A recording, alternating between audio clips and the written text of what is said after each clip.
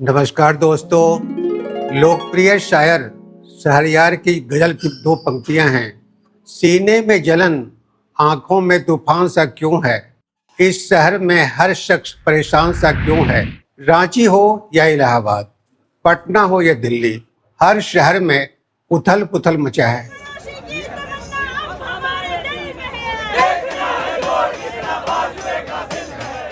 यह उथल पुथल क्यों है? क्यों युवाओं के सीने में जलन है? देश में आया चतुर्दिक तूफान का क्या मतलब है? कुछ महीने पहले जब भी सड़क पर लोग सरकार के खिलाफ आते थे, उन पर लाखों तोहमतें लाद दी जाती थी। तरह तरह के इल्जाम, और उसके पीछे गोदी मीडिया और बीजेपी का आईटी सेल लग जाते थे। फिर सरकार की पुलिस सक्रिय हो उठती थी और झूठे मुकदमे लाद दिए जाते थे। आज भी कई आंदोलनकारी जेलों में बंद हैं। यहाँ तक कि अन्नदाता किसान दिल्ली आए तो रास्ते में खंदक खोदे गए, कीलें बिछाई गई, 700 किसान तिल तिल कर मरे। बीजेपी की सरकार मदमस्त बनी रही। जब लगा कि चुनाव पर इस आंदोलन का दुष्प्रभाव पड़ सकता है, तब उसने किसानों पर लादे 3 कानून वापस किए गए। सरकार को चिंता नहीं है कि गलत नीतियों के कारण लाखों किसान आत्महत्या कर रहे हैं। उसे अपने विज्ञापनों, दुष्प्रचारों और पूंजीपति मित्रों पर बहुत भरोसा है। आज देश के युवा भले व्याकुल हैं, लेकिन बीजेपी सबसे बड़ी धनाढ्य पार्टी है।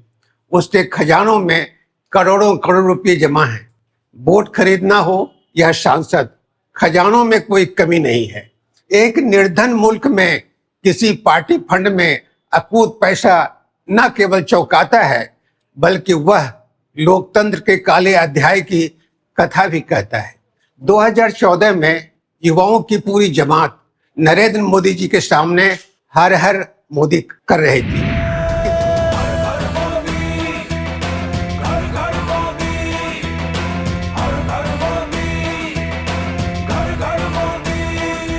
कितनी आशाएं जुड़ गई थी मोदी जी से।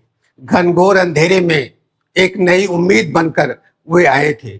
उनकी लुभावनी बातों से ऐसा एहसास होता था कि देश को उन्नति के शिखर पर ले जाने के लिए उनके पास मुकम्मल स्क्रिप्ट है। जब वे चुनावी सभाओं में कहते, अच्छे दिन तो जनता आगे पूरी करती आएंगे। अच्छे दिन, अच्छे दिन,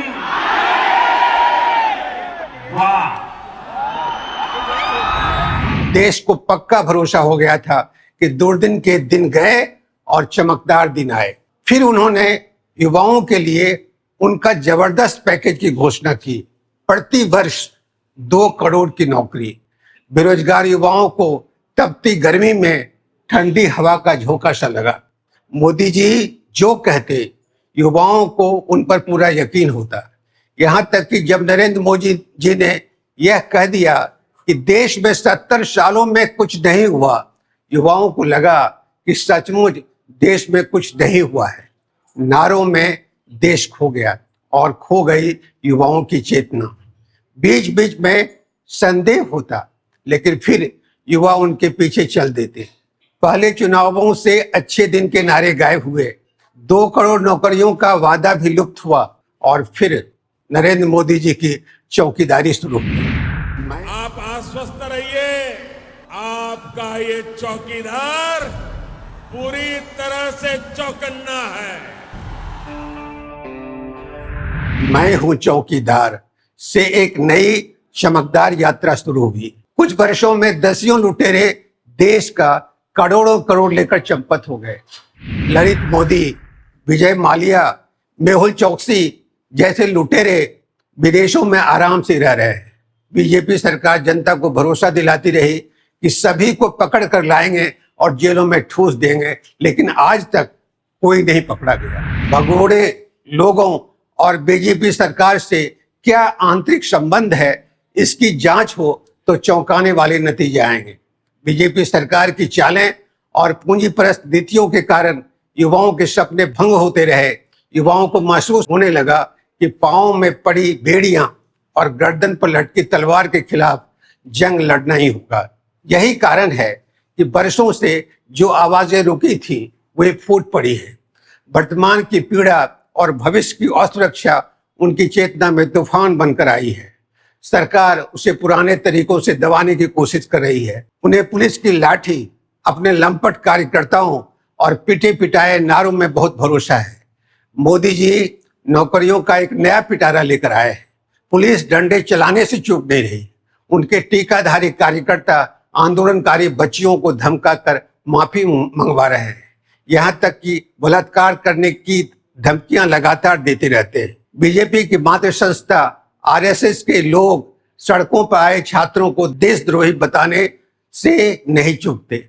लेकिन यह एक भयावह सच है कि युवा पीढ़ी इस सदी का सबसे बड़ा संकट झेल रही है और इसका हल अंततः सड़कों पर बुलंद होती आवाजों से ही निकलेगा। आज इतना ही। चैनल से जुड़े रहने के लिए आभार। कृपया चैनल को सब्सक्राइब करें, वीडियो पर अपनी टिप्पणी दें और इसे शेयर करें। आपका बहुत बहुत धन्यवाद।